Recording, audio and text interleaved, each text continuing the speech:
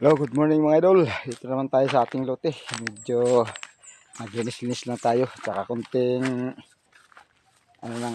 damo. Ito muna tayo. Idol, oh. Isa na mga idol, medyo magalaw. Wala tayong patungan. Naman tayo ng damo para mga idol yung buhay ng dating dati kasi mga idol na tuto ako doon sa Bisaya noon. Sa bundok din. Tatanong kami kamuti. Ang lola ko. Wala na yung lola ko. Yung matanda na, kaya mapasalamat ako sa lola ko na sa aking mga tiyahin dyan, tiyuhin. Mapasalamat ako sa inyo na talagang hinubog nyo rin ako ng na hindi ako napunta sa masama. Kaya papasalamat ako sa inyo dyan. Shout out kayo dyan, Nanay Bilin. Yan, Tatay Taloy dyan. Nanay Disya dyan sa Samar, sa Daram. Sa aking mga pinsan dyan, Mario Yuni. Saka Manny Erning. At aking kapatid ng aking tatay dyan na nag-iisa na lang. Si Tata Yosi Tablating.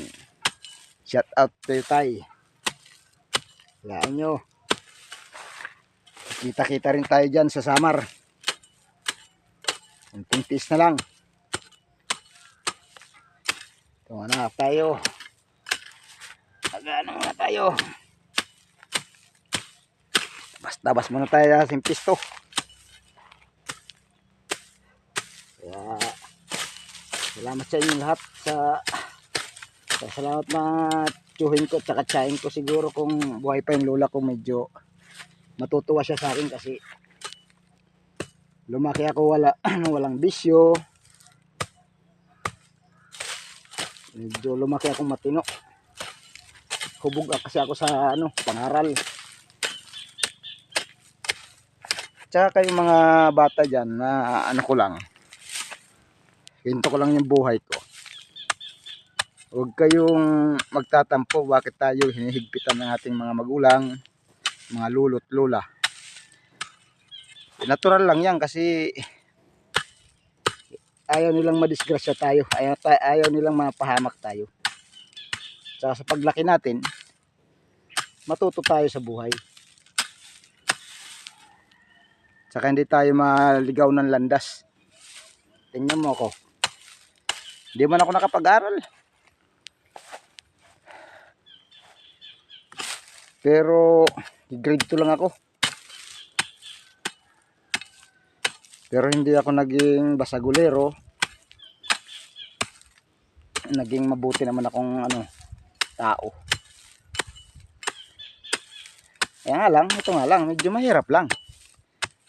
Kasi ito ang ating tayo nakapag-aral ng makapasok tayo sa mga malalaking kumpanya kasi hindi tayo nakapag-aral.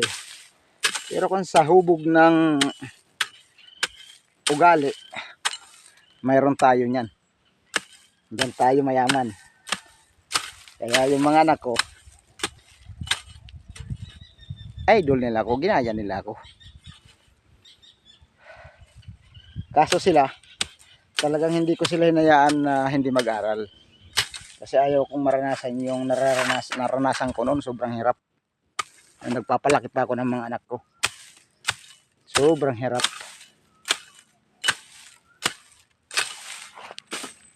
Buti na lang binayayaan ako ng aking mga anak yan. Mga anak ko, mag-iingat tayo lagi ha.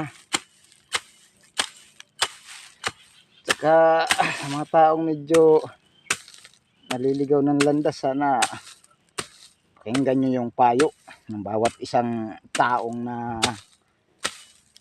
medyo hindi nakaranas ng ganyan mga bisyo.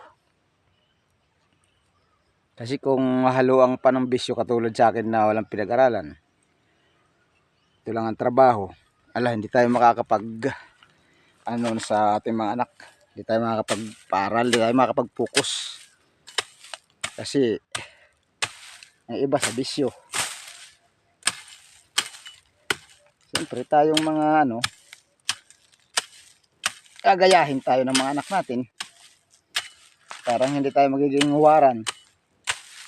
Eh ngayon kung nakikita nilang magulang nila yan, masipag, mabait, gagayahin tayo. Ang hindi nga lang po pwedeng gayahin yung siyempre kung ano ang sinimulan mo noon na hindi ka nakapag-aral, wag mo na ano sa kanila, pamana yun.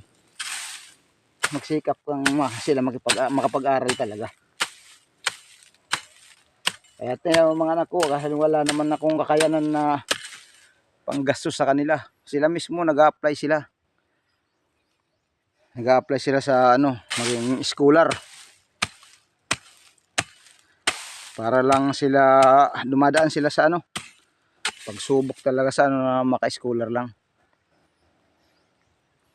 Lalo na yung grades, kasi diyan kinukuha. Kailangan pagsipagan mo para maabot mo yung mga pangarap mo. Saka shoutout pala kay Aileen Sarumo dyan. Yung anak ko dyan na isang babae. Salamat sa ano, tulong mo rin sa mga kapatid mo.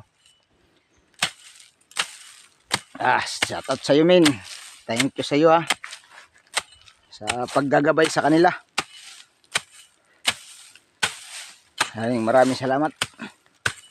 Ito na. Linis-linis tayo kasi ano, malinis na yan. Kunting-kunti na lang, ayun na lang, piraso dun. Na linis na. Medyo sunog-sunugin na lang natin para luminis ng tuluyan. Para pampataba rin yan sa ano, lupa.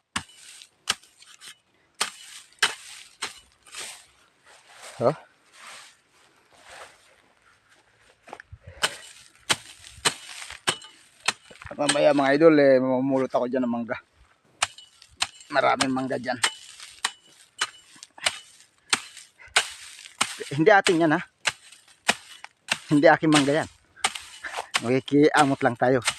Kasi mga laglag na yan Kaysa mabulok. Ano yun natin? Wag lang tayo akyat kasi medyo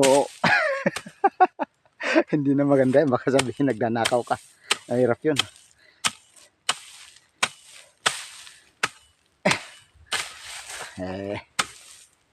Ano lang tayo sa ano. Mga idol, naantay ko lang yung ano ko. Uwi na rin ako mga idol mamaya.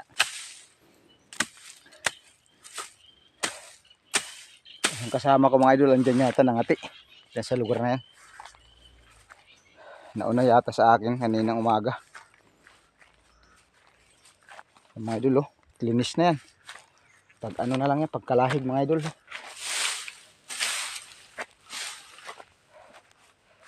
Linis na. Ito na lang. Pwede na siguro iwanan mga idol. Wala nang ano. Siya mga idol. Hanggang dito na lang. Kwentong buhay lang muna tayo ngayon. Doon naman tayo pupunta sa hingi tayo na ano.